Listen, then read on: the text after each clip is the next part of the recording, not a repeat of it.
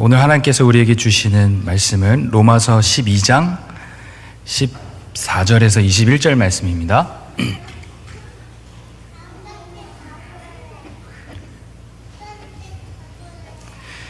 로마서 12장 14절에서 21절 말씀입니다.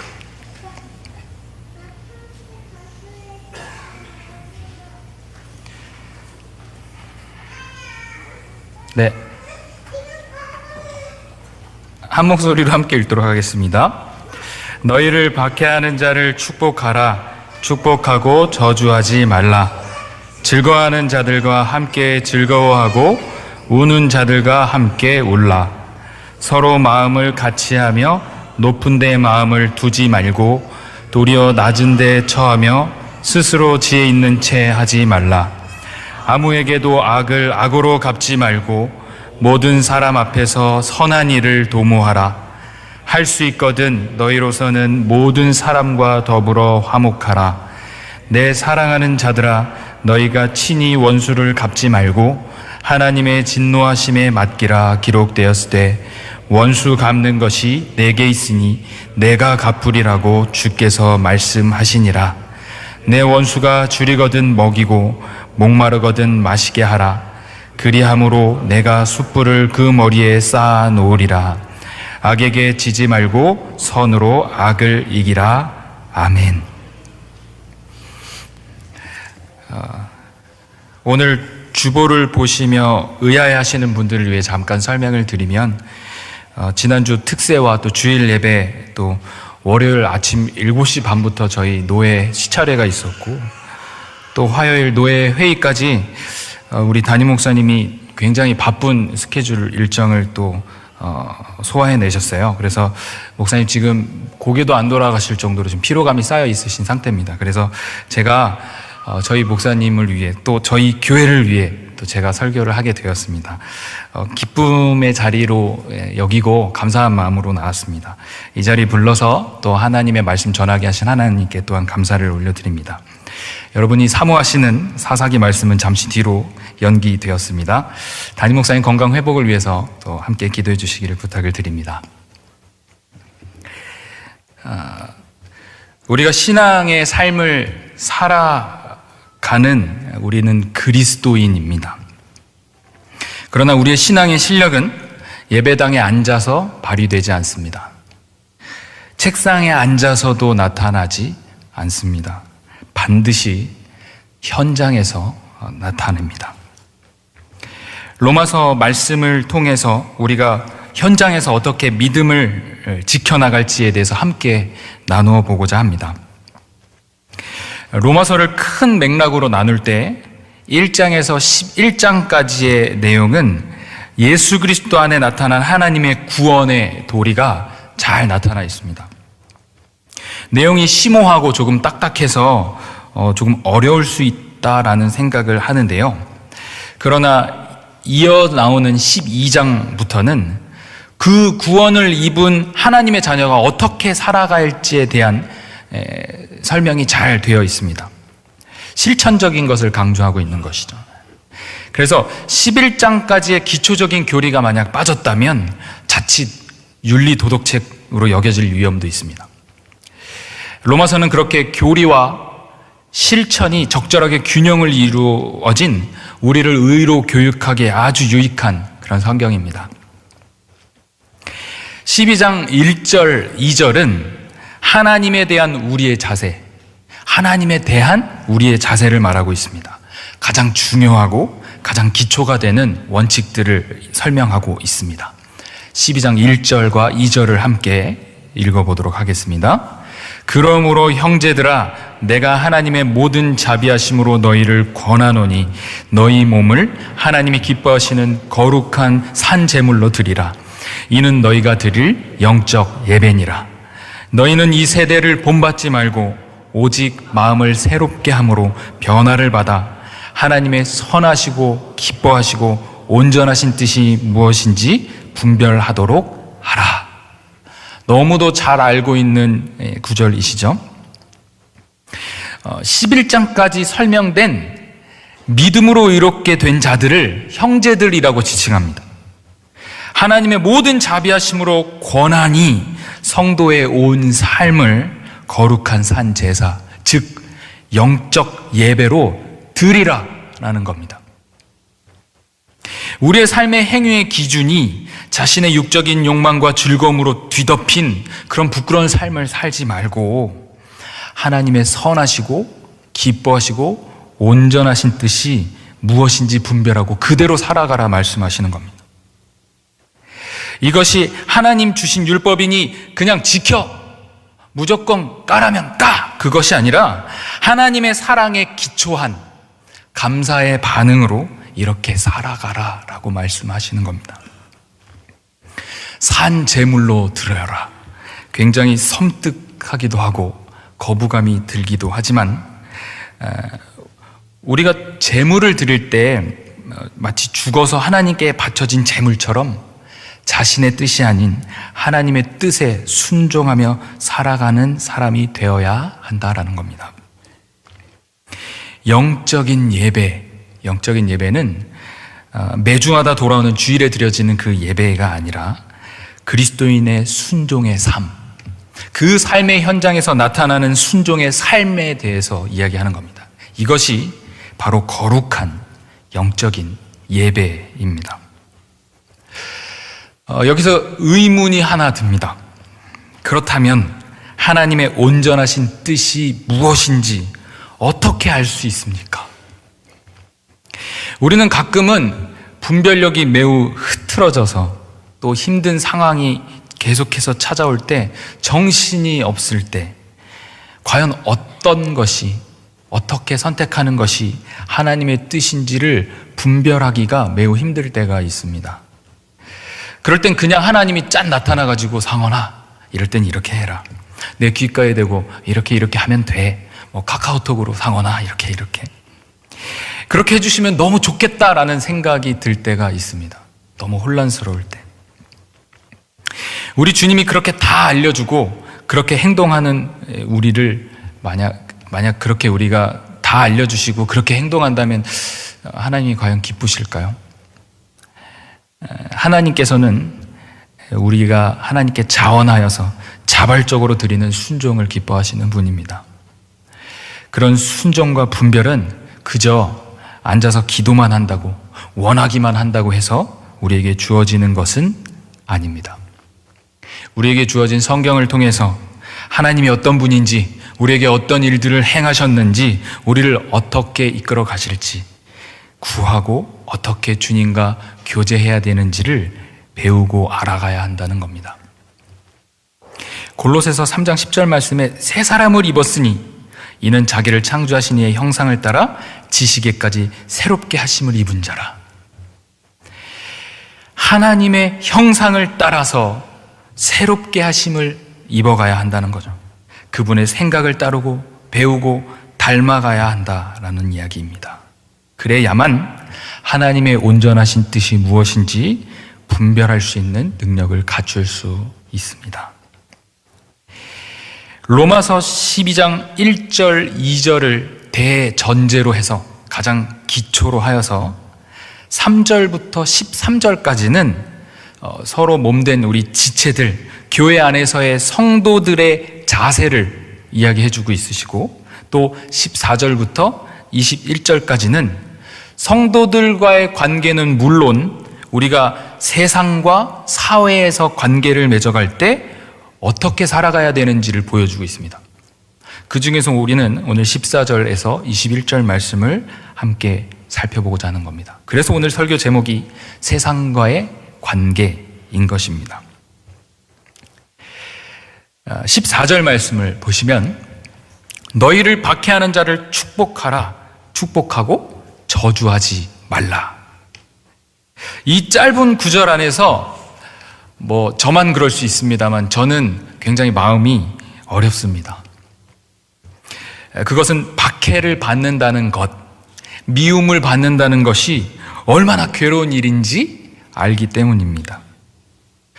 가만히 있는 자를 축복하라고 해도 잘 못하는 우리인데 나를 박해하는 자를 축복하라니, 원수를 사랑하라니.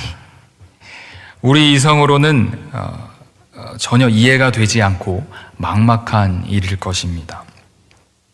더 큰 문제가 있습니다. 더 큰 문제는 이 박해하다라고 하는 이 동사의 원형은 핍박하다, 뒤쫓다라는 의미로 그냥 한두 번 괴롭게 한다, 한두 번 괴롭힌다의 의미가 아니라 계속해서 지속적으로 괴롭힌다라는 의미를 가지고 있습니다. 그러니 나를 계속해서 지속적으로 박해하는 자를 축복하라라는 의미가 되죠. 이게 너무 어려운 일일 것 같아 마음이 어려운 겁니다. 나를 계속해서 힘들게 지속적으로 괴롭게 하는 그런 상황을 맞닥뜨렸을 때 우리는 그저 어금니를 꽉 깨물고 참는 게 이기는 거지, 참을 인자 3번이면 이러면서 버티는 것이 아니라 그 사람을 위해 복을 빌어주라라는 겁니다. 긍휼한 마음을 가지고 축복해주라라는 겁니다. 그렇게 시작하라라는 겁니다. 제가 한 가지 제 경험을 이야기해 드리려고 합니다. 제가 이제 막 결혼을 했을 때 제가 합동신학대학원을 다니는 전도사였습니다. 주변 전도사님들 중에 이제 아이패드라고 하는 그 기기를 가지고 열심히 공부하는 친구들을 보았는데 너무 부럽더라고요. 그래서 결혼을 막 하고 나서 이제 돈이 그때가 가장 여유가 있지 않습니까? 그래서 조금 여유가 있는 터에 아내랑 아주 큰 마음을 먹고 아이패드를 제가 사기로 결정을 했습니다. 그래서 조금이라도 싸게 사보겠다고 중고 땡땡이라는 카페에 들어가서 이제 새 물건인데 아직 뜯지 않은 물건인데 조금 싸게 파는 물건을 제가 이제 사려고 검색을 하다가 조금 싸게 팔길래 제가 얼른 전화를 해서 그 판매자와 통화를 해서 제가 지금 입금하겠습니다. 다른 사람한테 팔지 마십시오. 이러면서 제가 입금을 했어요. 그래서 자그마치 55만 원이라는 큰 돈을 이제 입금을 했습니다. 그렇게 금요일 날 밤에 입금을 하고 이제 주말이 끝나기를, 택배가 오기를 그렇게 무척이나 사모하며 기다렸는데 월요일이 돼도 화요일이 돼도 연락이 오지 않는 겁니다. 그래서 그래, 택배가 조금 늦어지는 갑다, 그럴 수 있지 하며 기다리는데 카페에 여러 글들이 올라오는데 사기를 당했습니다, 이런 글들이 막 올라오는데 갑자기 불안해지더라고요. 알고 봤더니 저한테 판매한 그 판매자가 사기꾼이었습니다. 그래서 저에게 물건은 오지도 않았고 그 상실감에 제가 얼마나 괴로웠는지 모릅니다. 그래서 진짜 화가 너무 난다. 이 적은 금액도 아니고 정말 큰 돈을 들여 마음 먹고 결정을 한 건데 사기를 당하다니. 저랑 분명 그 판매자는 통화할 때도 매우 상냥하고 매우 상식 있는 사람의 모습으로 저랑 통화를 마치고 네, 감사합니다 하며 그렇게 끊었는데 그분이 사기꾼이라니. 저를 자책하기 시작했었습니다. 아무나 이렇게 세상이 이렇게 쉬운 게 아니구나. 아무나 믿으면 안 되는구나. 그 믿었던 저의 그 신뢰감이 깨지고 이제 앞으로 누구도 못 믿는 그 상황이 된 것이 너무 슬프고 아팠지만, 아내에게 이야기했죠. 큰 용기를 내어서. 아내가 경찰에 신고하자. 다른 사기 당한 친구들이 다 같이 이렇게 경찰에 신고하는 그걸 만들었더라고요. 그래서 제가 아니다, 경찰에 신고하지 말자, 용서하자. 그래서 말도 안 되는 용서를 이제 하려고 하는데 참 쉽지 않더라고요. 그래서 하나님 앞에 기도를 하고 그 사기를 친 판매자에게 장문의 글을 남겼습니다. 저는 예수님을 믿는 사람입니다. 당신이 너무 밉기도 하고 속이 상하기도 하지만 당신을 주님의 이름으로 용서하기로 했습니다. 그리고 당신을 위해 기도했습니다. 제발 나에게 행한 그 사기의 행위가 마지막이 되길 기도했습니다 하면서 축복을 했던 기억이 납니다. 자랑을 하려는 것이 아니라 그 뒤에는 이제 그 사람이 잡혔는지 어떻게 됐는지 잘 모르겠지만 제가 보낸 카카오톡과 문자를 그 사람이 읽었습니다. 그 숫자 1이 사라지더라고요. 그래서 그 사라진 것을 확인하고 하나님 앞에 한 번 더 기도했습니다. 아버지, 정말 이 사람이 이 글을 읽고 정말 미안한 마음이 들고 정말 회개의 마음이 들어서 다시는 이런 도둑질을 하지 않게 되기를 하나님께서 지켜주십시오 하며 기도했던 기억이 납니다. 당시에 정말 쉽지 않은 결정이었는데요. 정말 화가 나서 가서 부시고 싶다라는 생각도 했지만 하나님께서 제 마음을 그렇게 어루만져 주셨고 그분이 그 길을 잃고 정말 한 번이라도 더 자신의 잘못된 행위를 생각해 봤을 것이라는 생각에 그래도 기쁜 마음으로 그렇게 제 아이패드를 보내드렸던 기억이 납니다. 여러분, 저주는 우리의 몫이 아닙니다. 심판자는 오직 한 분 하나님이십니다. 그를 위해 저주하는 것은 하나님 앞에서 매우 매우 건방진 행위입니다. 우리가 12장 1절, 2절을 대전제로 계속해서 이어가는데요. 우리는 산 제물로 하나님의 선하시고 기뻐하시고 온전하신 뜻이 무엇인지 분별하고 그 뜻대로 살아가야 하는 겁니다. 그 기초는 우리 예수 그리스도께 있습니다. 그분은 우리를 사랑하셔서 이 땅에 오셨습니다. 우리의 죄를 위하여 죽기 위해 이 땅에 오셨습니다. 그분은 아이러니하게도 사랑하는 그 인간들에게 의해 죽임을 당하셨습니다. 만일 예수님께서 자신을 박해하는 자들을 십자가에 내려오셔서 저주하시고 쓸어버리셨다면 우리에게 구원이 주어지지 않았을 수도 있습니다. 그분은 그들의 죄를 사하여 주시기를 하나님 앞에 기도하고 복을 빌었습니다. 이것이 하나님의 뜻이라는 겁니다. 우리를 위하여 오신 예수 그리스도를 그렇게 박해한 우리는 은혜로 용서받았습니다. 그 어떤 박해도 주님이 받으신 박해보다 크다 말할 수 없습니다. 여러분, 마태복음 18장에 나오는 1만 달란트를 탕감받은 자의 비유를 여러분 잘 아실 겁니다. 그는 자신밖에 생각할 줄 모르고 100데나리온을 갚지 않은 자를 박해했습니다. 자신이 받은 은혜는 생각하지 않고 상대방의 입장이 되어보지 않고 결국 주인의 진노를 샀습니다. 그렇게 실패하는 인생이 아니라 하나님의 뜻 가운데 살아가시는 저와 여러분이 되셨으면 좋겠습니다. 로마서 12장 15절 말씀에 즐거워하는 자들과 함께 즐거워하고 우는 자들과 함께 울라. 이 말씀은 기뻐하는 자가 있으면 가서 함께 기뻐해주고 울고 있는 사람이 있으면 가서 그 슬픔에 동참해주라라는 말씀입니다. 상대방의 입장이 되어 주라는 이야기죠. 여러분, 이 둘 중에 어떤 것이 더 쉬울까요? 기뻐하는 자들과 즐거워하는 자들과 함께 즐거워하는 일, 울고 있는 자들과 함께 울어주는 일, 어떤 것이 더 어려운 일일까요? 우리는 쉽게 우는 것이 더 어려울 것이라고 생각을 합니다.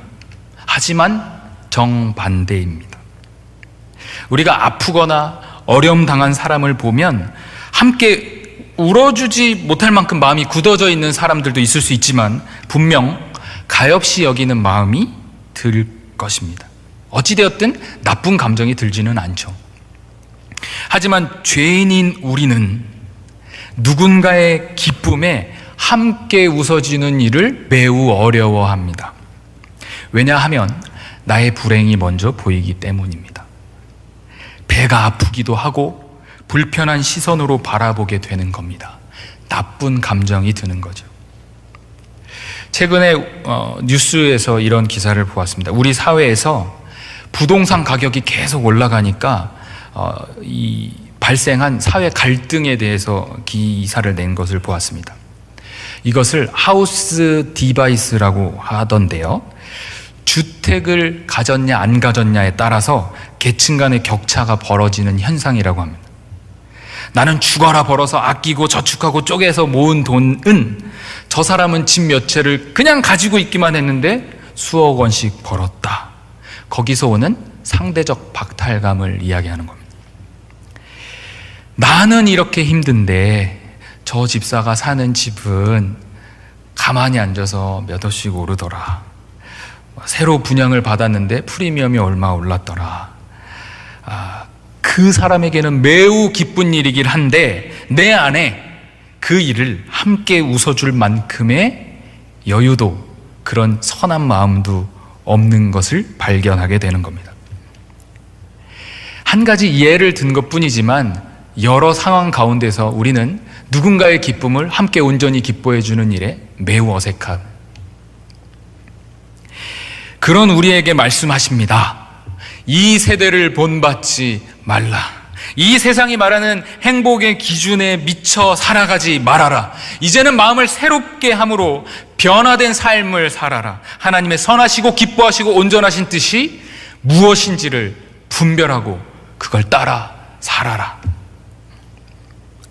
내 안에 내가 죽고 하나님의 아들 예수 그리스도를 믿는 믿음 안에서 살아간다면 내게 주어지지 않은 것들을 가지고 불평하고 불편한 마음들을 드러내는 것이 아니라 이미 나에게 주어진 구원의 감격과 나에게 주신 모든 것들에 대해서 감사와 만족의 삶을 살아갈 수 있다라는 이야기입니다. 그리고 이어나는 말씀이 16절과 17절에 서로 마음을 같이 하며 높은 데 마음을 두지 말고 도리어 낮은 데 처하며 스스로 지혜 있는 채 하지 말라. 아무에게도 악을 악으로 갚지 말고 모든 사람 앞에서 선한 일을 도모하라. 마음을 같이 하며 높아지지 마라. 스스로 높아지지 마라. 겸손히 주님의 지혜를 구하라라는 말씀입니다. 악을 악으로 갚는다. 우리는 이 표현을 매우 비슷한 표현을 잘 알고 있으십니다.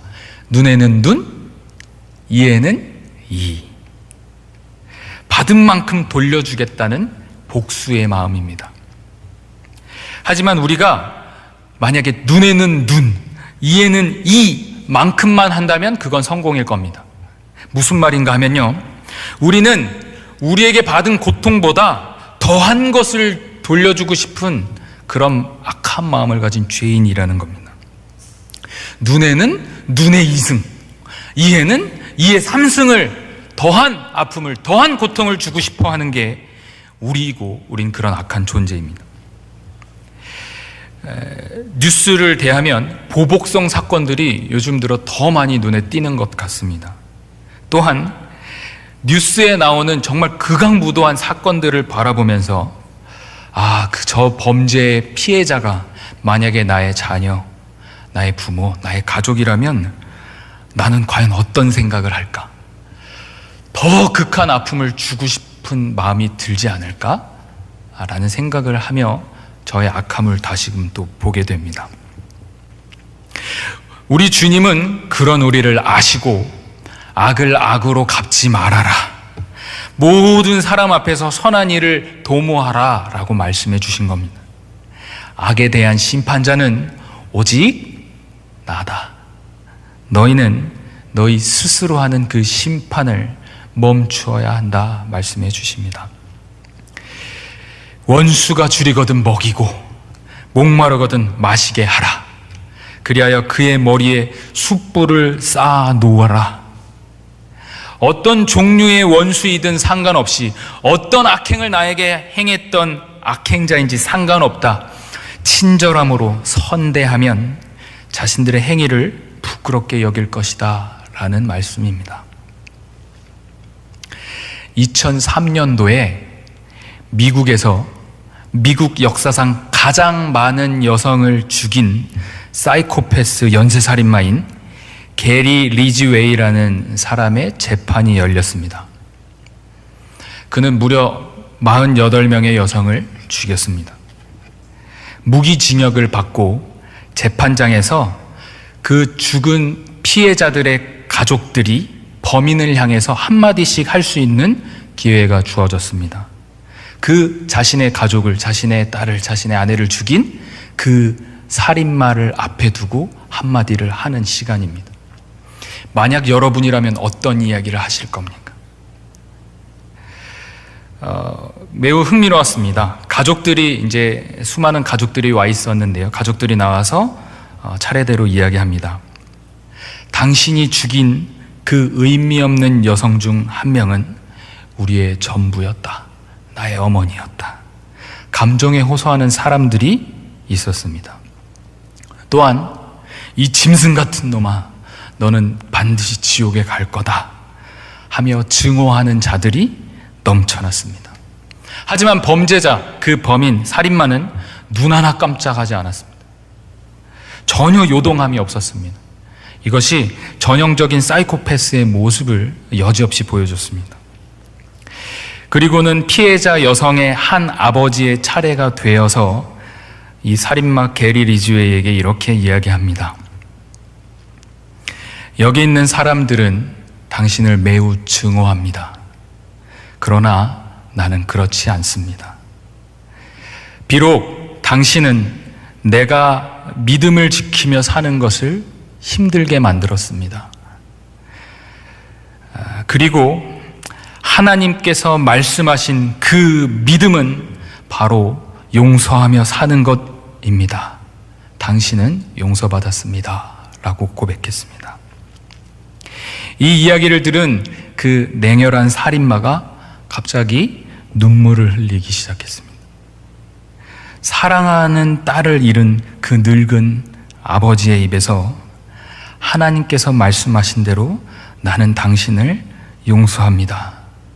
라는 고백이 나오기까지 얼마나 많은 고통의 시간이 있었겠습니까?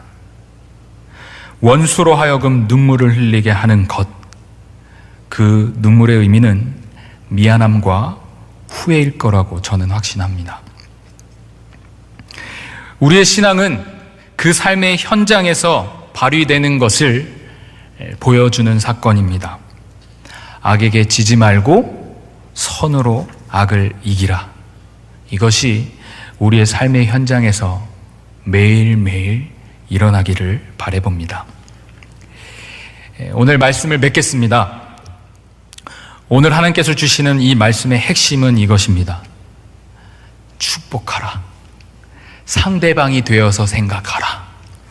악을 악으로 갚지 말아라. 악에게 지지 말아라. 선으로 악을 이기라.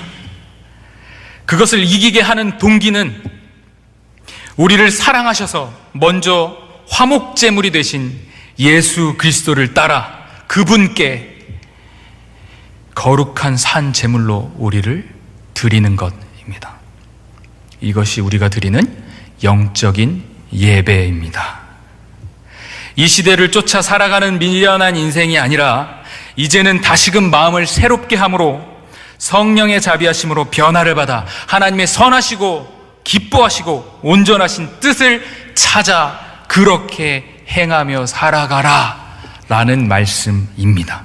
그런 저와 여러분이 되시기를 주님의 이름으로 간절히 축복합니다. 함께 기도하겠습니다.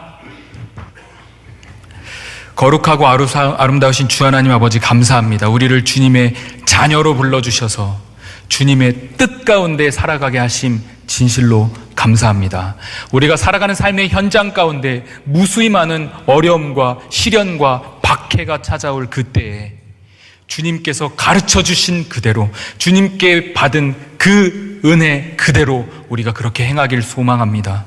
그래야 해서 우리를 통하여 주를 믿지 않는 자들이 주를 한 번 더 바라보게 하시고 믿지 않는 자들의 성경이 되어서 하나님이 어떤 분이신지 하나님의 나라가 얼마나 아름다운지를 선포하는 삶이 되어질 수 있도록 은혜 가운데 함께하여 주시옵소서. 오늘 이 귀한 말씀 받아 누리는 모든 화평교회 성도님들 그 심령마다 깊이 있게 주님의 뜻이 새겨져서 이 여기 모인 모든 성도들의 삶을 통해 이 사랑과 용서와 선이 멀리 퍼져갈 수 있게 은혜를 허락하여 주시옵소서. 감사합니다.